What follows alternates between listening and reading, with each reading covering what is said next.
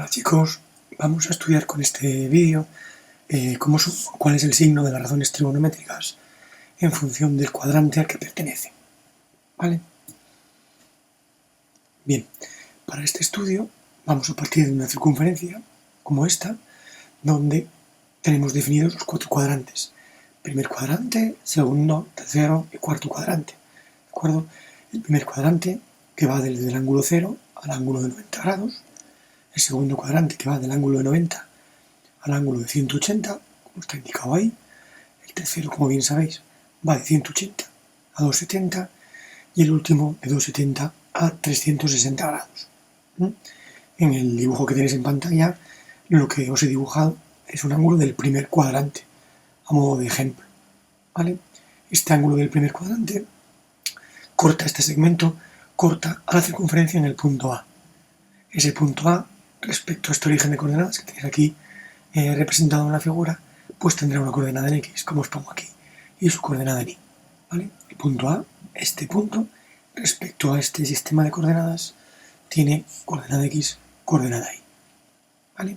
Y a la hipotenusa del triángulo, pues como vemos ahí claramente, es el radio de la circunferencia. Bien, vamos a hacer para este estudio, vamos a crear una tabla donde vamos a indicar cuáles son o cuál va a ser el signo de las 3 principales razones trigonométricas, seno, coseno y tangente de un ángulo, respecto al cuadrante al que pertenezca. ¿Vale? Y lo que voy a hacer en cada una de estas celdas es poneros el signo de la coordenada Y y de la coordenada X. ¿Vale? Esta coordenada Y y X que tendrá el punto A en función de que esté en el primer cuadrante, que tengamos un ángulo aquí, o que lo tengamos aquí, o aquí, o aquí. ¿De acuerdo? Lo que vamos a hacer ahora a continuación es ir rellenando la tabla en función del cuadrante que estemos estudiando. Por ejemplo, si empezamos en el primer cuadrante, será el dibujo o la circunferencia que ya os he enseñado de partida, ¿vale? Y estamos hablando de este cuadrante, ¿no? Del primero. En este cuadrante, si os fijáis, la coordenada X y la coordenada Y del punto A siempre van a ser positivas. Da igual la apertura del ángulo. Mientras pertenezca a este cuadrante, de 0 a 90 grados, la X siempre va a ser positiva, va a estar más para aquí o más para allá, pero siempre positiva, y la Y siempre va a ser positiva, ¿vale? Mientras este ángulo alfa no pase de cuadrante. Con lo cual, como veis, Y positiva, X positiva, en los 3 casos. Como sabemos que el seno es igual a Y partido por R, y el radio de una circunferencia siempre tiene que ser positivo, pues nos dará como cociente un signo positivo. Más entre más, más.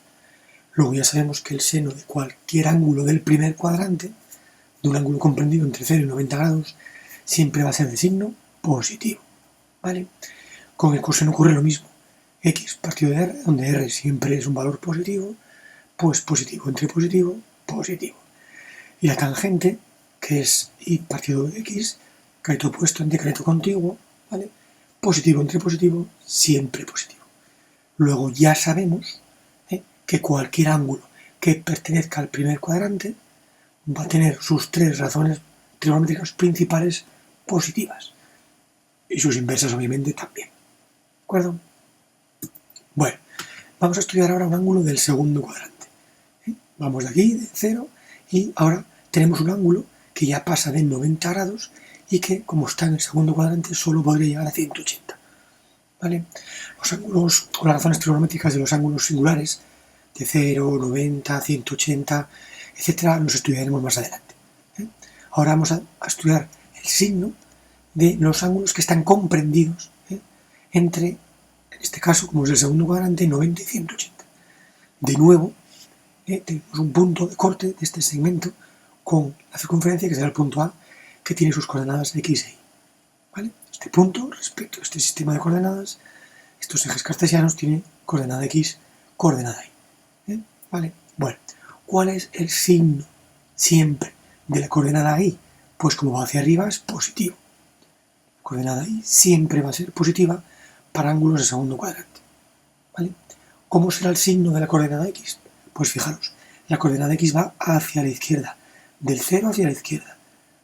Puede estar aquí, aquí, aquí, aquí, pero siempre va o está en el eje o en la parte de los valores negativos de la x. Con lo cual, para ángulos del segundo cuadrante, la x siempre va a ser negativa. ¿Vale? Si analizamos como antes, seno de alfa es igual a i partido por r, r siempre positivo, el radio de una circunferencia siempre positivo, más entre más, más. Sin embargo, ahora para el coseno, sabíamos que la x es un valor negativo, luego menos entre más, menos. ¿Vale? Y con la tangente de alfa, más entre menos, menos.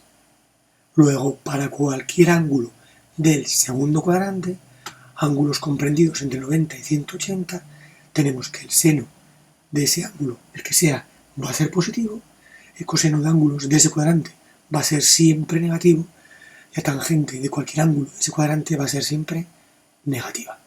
¿Vale? Estamos hablando de ángulos de este cuadrante. Tercer cuadrante. Ya estamos en ángulos que superan los 180 grados y pueden llegar hasta los 270. ¿Vale? Bueno, de nuevo, mismo dibujo de antes, yo creo que ya lo entendéis mejor. ¿De acuerdo? Tenemos el segmento de la recta que corta la circunferencia en un punto A genérico, que tiene unas coordenadas genéricas también x e y. ¿Vale? Si miramos hacia dónde va la coordenada x, vemos que en este cuadrante siempre va a ser negativa. Negativa, negativa, negativa. ¿Vale? Y también podemos observar que la coordenada en y también va a tener siempre signo negativo porque va hacia abajo. ¿Vale? Bien, con esto vamos a analizar las razones. Seno de alfa igual a i partido de r, menos entre más, menos. Coseno de alfa, x partido entre r, menos entre más, menos. Y por último, tangente de alfa, y entre x, menos entre menos, más. ¿De acuerdo? Bien, signo de ángulos del tercer cuadrante, sus razones trigonométricas serán seno de alfa negativa, coseno del ángulo alfa, el que sea dentro de este cuadrante negativo, tangente de alfa positiva. ¿Vale? Estamos en ángulos de este cuadrante que tengo aquí señalado.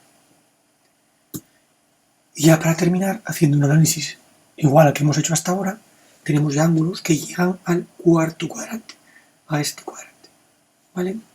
De nuevo, coordenadas x, y del punto A, y hacemos el mismo análisis. Para este cuadrante vemos que la y siempre va a ser negativa, ¿vale? Va hacia abajo, pero la x va a ser positiva. Vale, x positiva y negativa, como os indico aquí. Y ahora ya, seno de alfa y entre r, radio siempre positivo, ¿de acuerdo? Menos entre más, menos. Coseno de alfa, x entre r, menos entre más, más. Y tangente de alfa y entre x, menos entre más, menos. ¿Vale? Bueno, pues esto nos lleva ya a una tabla completada como esta, donde lo que os recomiendo es no que os aprendáis cuál es el signo, es decir, que os aprendáis esta tabla de memoria, sino que la razonéis. Es muy fácil razonarla a partir del dibujo correspondiente del cuadrante que estemos estudiando. También os puede ayudar en ver y recordar cuál es el segmento que representa al seno y al coseno. ¿Vale?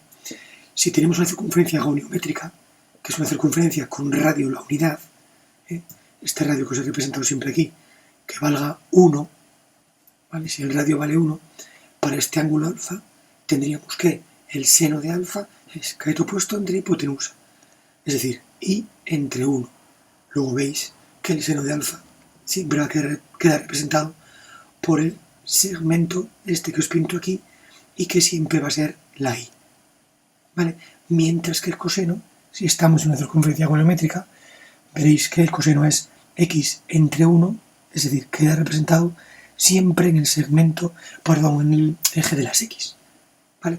Esto sería para el primer cuadrante, esta sería la representación del segmento del seno y del coseno para el segundo, tercero y cuarto. ¿Vale? Si lo recordáis así, es muy fácil ver que el coseno es negativo en el segundo cuadrante y que el seno es positivo, lo que tenemos aquí, ¿no? En el cuarto, pues vemos que el coseno va hacia la derecha, es positivo, y que el seno que va hacia abajo es negativo. Bueno, luego la tangente ya, pues sería seno entre coseno, pues negativa. ¿Vale, chicos? Bueno, parece mucho lío, pero si entendéis un poquito el procedimiento o recordáis los segmentos que representan al seno y coseno, esto es muy fácil y ya nos va a ayudar a hacer los ejercicios que os voy a plantear. Hasta luego, chicos.